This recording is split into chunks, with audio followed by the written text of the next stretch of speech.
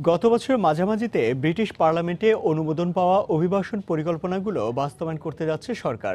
এরই ধারাবাহিকতায় বিদেশি ব্যবসায়ীদের ব্রিটেনে বিনিয়োগে আকৃষ্ট করতে এবছরের মার্চেই ঘোষণা করা হয়েছে নতুন নীতিমালা, যা আগের তুলনায় শিথিল।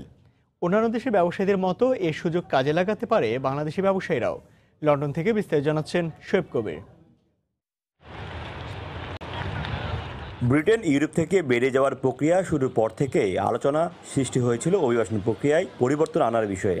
এতে করে ভাগ্য পরিবর্তন হতে পারে ইউরোপের বাইরে থাকা দেশগুলো থেকে ব্রিটেনে আসতে আগ্রহীদের। এছাড়া ব্রেক্সিট বাস্তবায়ন হলে অর্থনৈতিক শক্তিশালী দেশগুলোর মধ্যে শীর্ষ 5-এ থাকা ব্রিটেন মুখ থুবড়ে পড়তে পারে বলে রয়েছে অর্থনৈতিক মন্দার শঙ্কাও।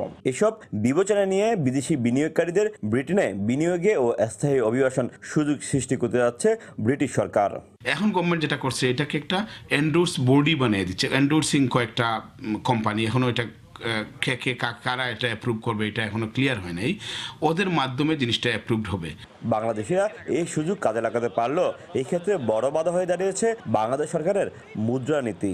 বৈধভাবে আনার কোনো পদ্ধতি আমি জানি না। যদি এইটা বাংলাদেশ ব্যাংক এই সুযোগটা করে দেয়, তাহলে কিন্তু আমাদের বাংলাদেশের অনেকেই এই দেশে এসে নতুন ব্যবসা করতে পারবে।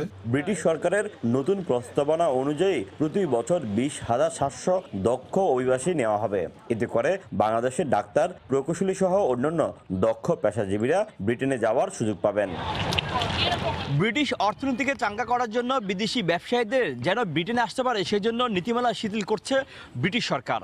তবে এই সুযোগ যদি বাংলাদেশিদের কাজে লাগাতে হয়, বাংলাদেশ ব্যাংক পাশাপাশি সরকারকে বেশ আন্তরিক হতে হবে, ব্যবসায়ীরা যেন খুব সহজেই বাংলাদেশ থেকে ব্রিটেনে অর্থ আনতে পারে।